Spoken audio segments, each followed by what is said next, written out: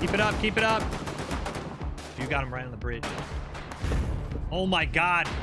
So good. Effective.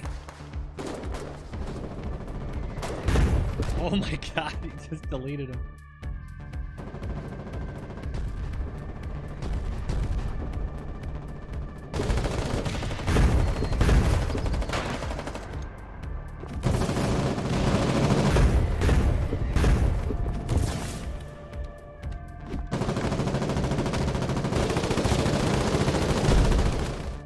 Thank you guys so much for the support on the War 83 series so far. These episodes are quickly becoming my most successful videos on the channel, so if you are enjoying the content, do consider subscribing since almost 80% of those who do watch these videos aren't subscribed, and man, are we awfully close to that 50,000 sub milestone. It would mean a lot to me, so thank you again for considering it, and enjoy the episode. After a full day of fighting through the war-torn streets of Saltingrad and riding the blue wave all the way down to the old Jack Tar, the Royal Spuds could mark down another territorial victory for the regiment. This was obviously a team effort, with most of the heavy lifting done by those who had been in the area since the war began, but we definitely had enough of a presence to say that we were part of it. It was a great feeling, and we decided to do a bit of R&R in the form of partisan work. Although the official definition of partisans implies resistance against an occupying force, in Foxhole, partisans, or doing partisan work, means to go behind enemy lines and disrupt logistics, steal vehicles, or destroy whatever you can get your hands on. It can be extremely rewarding, but very difficult to pull off, especially with rows of pillboxes, various rifle or anti-tank garrisons, and watchtowers, which light you up on the enemy's map if you are in range. We had a hold on Old Jack Tar, but cutting off logistics in the region would be crucial. This relic was still surrounded on two sides by Enduring Wake to the south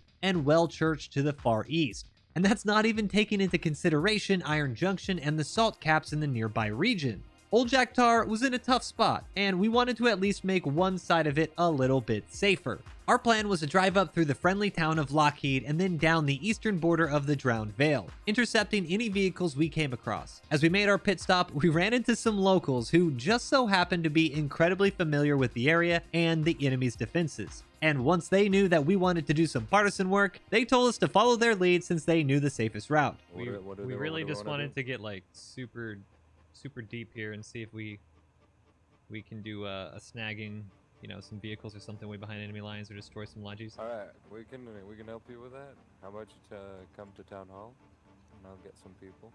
All right. This feels like a trap. Lock your vehicles. It really does feel like Lock they're your gonna vehicles. lock us in a closet and farm us for our meat.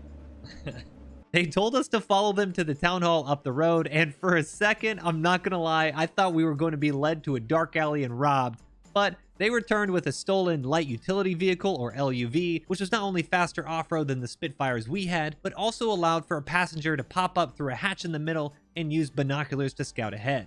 It was amazing that we managed to meet up with these guys, and that's just something about this game that happens day in and day out that I absolutely love. After a bit of nighttime driving, we found a perfect ambush spot and ended up taking out a couple motorcycles. It wasn't anything crazy, but as our first real partisan activity, it was definitely exciting. Until they sent out the big guns and we got smacked by a tankette. Unlike the T-12 tankette I ran into in Saltbrook Channel, this was the T-20 Ixion variant that fired 30mm rounds and had a fully enclosed crew compartment, meaning that it was, for all intents and purposes, the first real tank of the war. As happy as I was to destroy a couple motorcycles, it soon dawned on me that the Colonials had tanks, and the most we had was a lightly skinned armored car. It was worrying, but as a new regiment, we assumed the Wardens would be getting bigger toys to play with soon enough, and we went back home to Godcross. There, we were welcomed with another unsettling discovery. Not only did the Colonials have tanks, but they also had artillery in the form of 120mm wheeled field artillery guns, and we were currently being pushed off of Planafada. It was no longer a fair fight, and the best we could do was try and withstand the fire just long enough to hold out until we could get artillery for ourselves.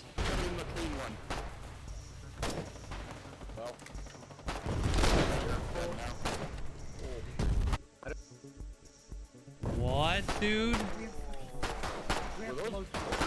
What did we just get killed by? Dude, they have artillery. Lost Arkle fell quickly. Much quicker than we thought. The outright firepower mobile 120mm guns could put out took everyone by surprise, and just as we thought we were comfortably holding on to our gains in Tempest, it all disappeared. We had a choice to make. Come back with our own set of artillery in a day or so when we finally teched it, or make an attempt to push the relic back with what we currently had on hand. This was a tough decision, since technology in Foxhole can be a little complicated. At the start of each war, the regions, specific industry, and resources within those regions, and the tech levels are all randomized and selected by the devs. Each level, as shown here, has tech you can choose to research on the left, with automatic unlocks on the right. This makes it so that every war is different, since one war you may have to choose between a certain submachine gun or a rifle, and the next you may be able to get both. For War 83, as wardens, we had to choose between the shotgun, a machine pistol, a submachine gun, and a revolver as our first line of technology. In order to choose which one we wanted, we have to produce prototype kits of the specific choice with iron or aluminum alloy, acquired through salvage. So, for example, if we wanted the Fiddler SMG, the item that we did eventually choose to unlock, we had to go mine salvage until we randomly happened upon iron alloy. Once we had enough iron alloy, we then had to refine it at the refinery and submit it to the engineering center to receive a prototype kit for the Fiddler. These prototype kits can then be used out in the field, making them incredibly coveted since it's usually better than anything either faction would have at the moment. Once 100% of the research has been achieved on all the items, meaning between the 4 choices the percentage research adds up to 100%, the tech level is considered fully researched and anyone can begin manufacturing the item that received the most prototypes through a normal factory. Once the item on the left is selected, we automatically unlock all the items on the right as well, which for us were bayonets, garrison supplies, cement, winter parkas, and medic uniforms. We'd continue to repeat this process until you unlock all the tiers and research levels loop back to the beginning, allowing you to research the stuff you missed out on the first go-around. It seems a little complicated, but because this is a team game, tech decisions are incredibly important and more than just one person deciding who does what. So going by yourself to hoard a bunch of materials and then voting for things you want, but the faction might not want, is incredibly frowned upon and can get you outcast from the community as a whole. Both factions have faction-specific discords and regiments that are organized specifically for the maintenance of tech mats and submittal of those materials to the appropriate items based on faction voting. For Colonials, they have the Quartermasters, and as Wardens, we have we have tech mates. They're called the tech mates. Never before in my life has my future been in the hands of anime maids mining rocks in a video game, but here we were. And based on what we were hearing in chat, we were probably going to be a little slow in the tech race, since if you purposely lag behind in technology, you can get a huge boost in research, a catch-up mechanic that I'm not a huge fan of, but as a new player to Foxhole, I just smiled and waved as we were shelled to pieces while the maids did their job. With waiting for artillery out of the question, we looked around and realized that if we waited any longer, the enemy might be able to fortify Lost Arkle and Planet Fada just as well as they had the rush, which was quickly becoming a concrete bottleneck that we really had no way of breaking through. It wasn't going to be pretty, but we rallied the troops, grabbed the same field machine gun that liberated the relic base just a day or so ago, and went to work. Oh my god, this 3. Wait until he's gonna aim. Oh, that's not good. That's a shell. Oh, that's that. We need back out of here. Keep shooting. Go, hang right. Enemies, right side, right side. Right side, right, turn right, turn right, turn right. Alright, hold on. Don't put our ass to it. Yo, watch our left side. Yep, back up, out of ammo, back up. I have no ammo. Oh no! He missed! Oh my god! Yep. I'm stuck. I can't. Oh no! Oh my god! I need a bandage! I'm here. Medic, get your ass up. Medic! We got it! Be brave! Forward! Come on, boy. Be brave! You want to live long enough? Alright, hold here. Oh, ISG's back up. Let's just get out of here. Come on. It was a grind. But after nearly an hour straight of fighting, we pushed the Colonials back out of Lost Arkle. We had them on the ropes, and as we surged across the bridge into Planet Fada, we realized we wouldn't be able to go much further without the big guns. As great as it would be to get the observation tower, the relic of lost Arkle was much more important, and now we just really had to hold out for artillery of our own, which we were told would be any minute now, but in reality took nearly 24 hours after the Colonials to tech our own. What do you need me to do? What do you need me to do? Everything just Just starts nothing. shooting. Nothing. Nothing. Chill. Holy shit, shit just hit the fan. It was tough to hold, but we did, and our artillery completely changed the way we could fight. Finally, we could tear through defenses without sending human waves with explosives at them, allowing for extremely coordinated and devastating pushes, as well as a much larger defensive radius than we had before. Whereas the Colonials have mobile 120mm guns, ours were stationary emplacements, and although you could use them anywhere, digging a bunker for it gave it significantly more health and protection in addition to protecting the crew using it. We tried our best to plan out our defense, but Lost Arkle is just really incredibly hard to build on between the hills and rapid decay zone. Because of this, we had to essentially create our bunker base wedged between rocks, but it's better than nothing. Grabbing a set of binoculars, I set out to spot for our own artillery and had the pleasure to see rounds hitting targets on Plana Fada. It was going to take some significant effort to get back across that bridge and take the island, but we were ready. That was until a cry for help came from the town to our direct west. We had secured ground in the east of Tempest, but we were about to be overrun at Alchemio Estate, a small peninsula jutting out into the region. Alchemio connected to Tempest Island proper via an enormously flat island commonly referred to as Nugget Island, since it looks like a large chicken nugget. The Colonials had begun to focus artillery and manpower over the Nugget and into Alchemio, and since we had just secured a strong choke point on our end, the Royal Spuds quickly ran to their aid. And it was really just in the nick of time. As our guns began getting prepped, Alchemio Estate itself began taking heavy fire. We were essentially trapped in the town hall with enemy 120mm raining down on our heads. We couldn't go anywhere. All we could do was just stay in the town hall, repair, and hope for the best. With shells exploding all around us, it was an extremely tense few minutes getting our own guns up, since it honestly felt like we would be overrun at any moment. With tanks and infantry streaming over the bridge, I hopped into a dinghy to help Spot as the guns finally came online. Our first rounds were out, and it was working. We first targeted the nearby shipyard and salvage fields, stalling the infantry push there, and then began walking our rounds backwards until they were hitting the bridge, allowing for our own troops to create space and give the town hall some breathing room. Alright, we're firing.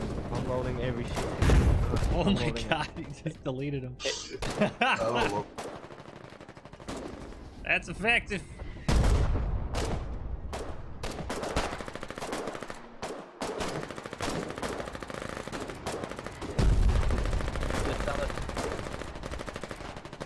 You should get him to hit those trenches.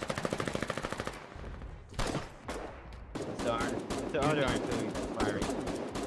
Can you range towards the bridge? Like azimuth towards the actual bridge? Yeah, I think it was. So like one, is it 170 and then do one azimuth 177 or something, or 170, something like that, and then distance 140, somewhere in there. Try 170 for azimuth and 130 for distance. I'd rather do it a bit longer though, because we have so much infantry close. I'd rather firing. overshoot. No, don't fire for effect. Just fire once. You fire for effect once you confirm it. Said I have a bunch of shit This out one of second. We free. need it. Are we Tell me cleared to when fire? your shot is out. Tell me when your shot is out. Right, shot is out.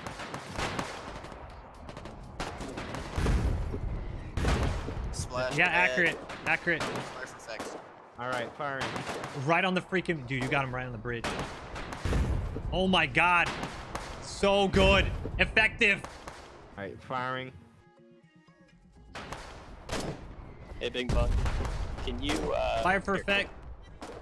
Alright, firing for effect.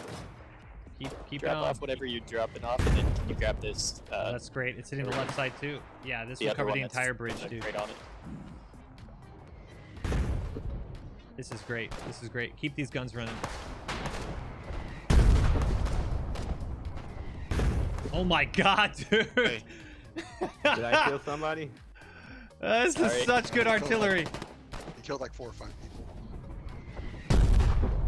This is great. More shells from the town hall. Yeah, we're running it around too.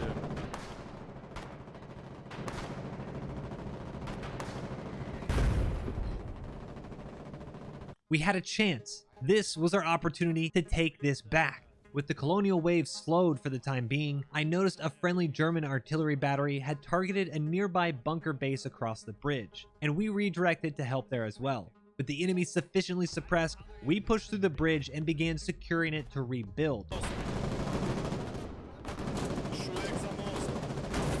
Rapmix needs to move. Shoot that man. We're out of time. Get off. Get off the bridge. Mitt Walker, get off. Get off the bridge. It doesn't matter that you're breathing. All right, guys. You guys got 2 seconds. All right. 120 foot on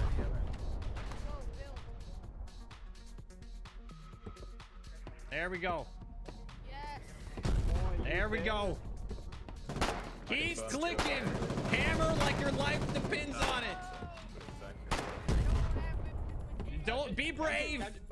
It was nerve-wracking. Hammers pounded against the blueprint as people on the left and right of you were obliterated by artillery and mortars. But somehow, some way, we built that bridge. And then we stormed across. Taking over their positions was relatively easy due to the massive amounts of artillery. But despite getting my hands on a POW and demanding he tell me where their guns were, the Colonials weren't cooperating, and it appeared that the entire battery had quickly run off under the cover of darkness. It was chaos on Nugget Island. As we tried to fortify our position, the enemy would pop out from behind and take a few of us out at once before we realized what was going on, and then cleared out every corner of our new foothold. Medic! A medic! Medic! I gotta speak French. There you go. He didn't know I was. All right. You gotta drop me again.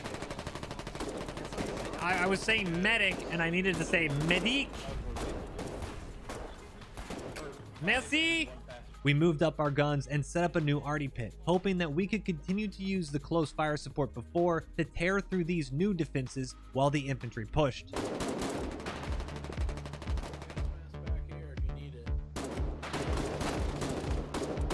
That was a good shot.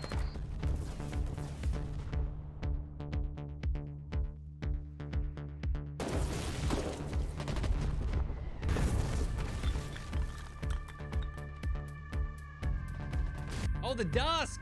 Hey, you guys were just talking about it.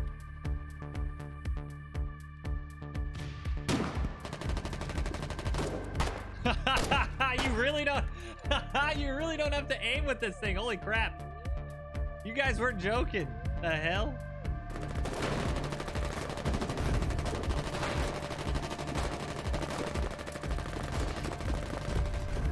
Alright, so it's not, you still have to aim a little bit.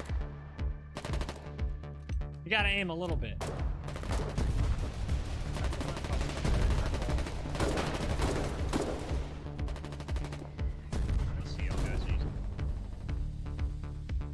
Dude, if we can, honestly, hold on a second. So you guys just deleted that front bunker here.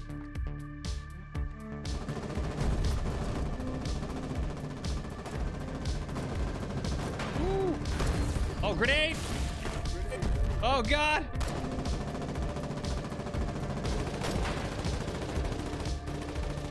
Get out of here!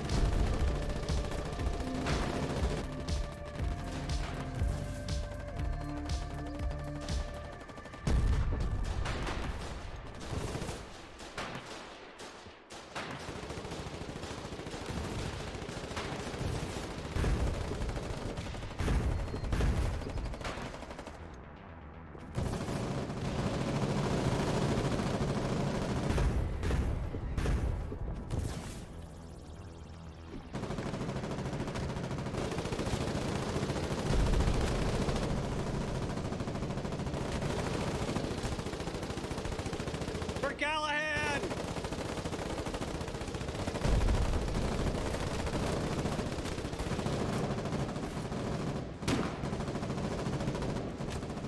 For Callahan!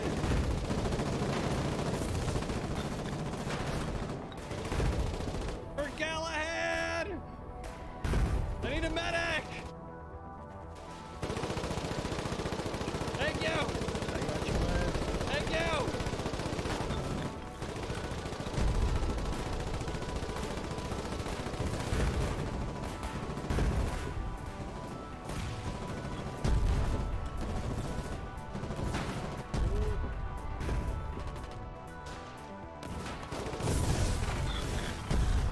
It was a grind. We would destroy something with artillery or RPGs, flood the area with infantry, only to then get torn up by enemy tanks, infantry, and indirect fire of their own.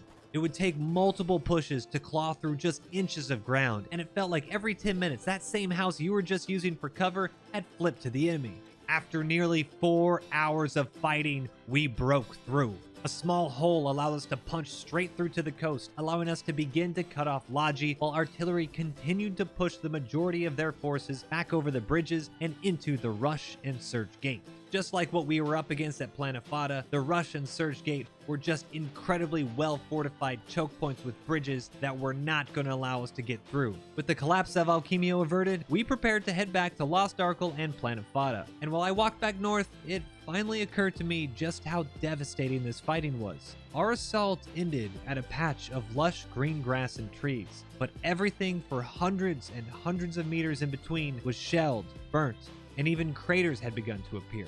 Unfortunately, this would become a very common sight now that both sides had such intense firepower.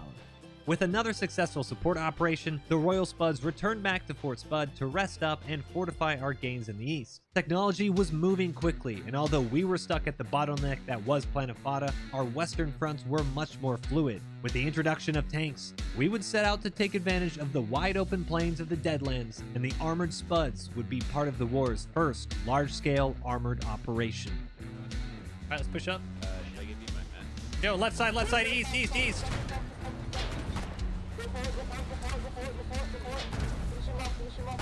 Yeah. Push him. Good kill. I hope y'all enjoyed this episode of War 83. Over the next few episodes, there's a lot of new weapons and fronts that we take part in, and I just cannot wait to show you guys what's next. It's been an absolute blast so far, so if you liked the video, give it a thumbs up and subscribe for more. And don't forget to check out the live streams over at twitch.tv/MoiDawg as we fight the war day in and day out. But that's it for me. Until next time, peace. Some Spud Squad stuff. Some Spud Squad stuff, yes.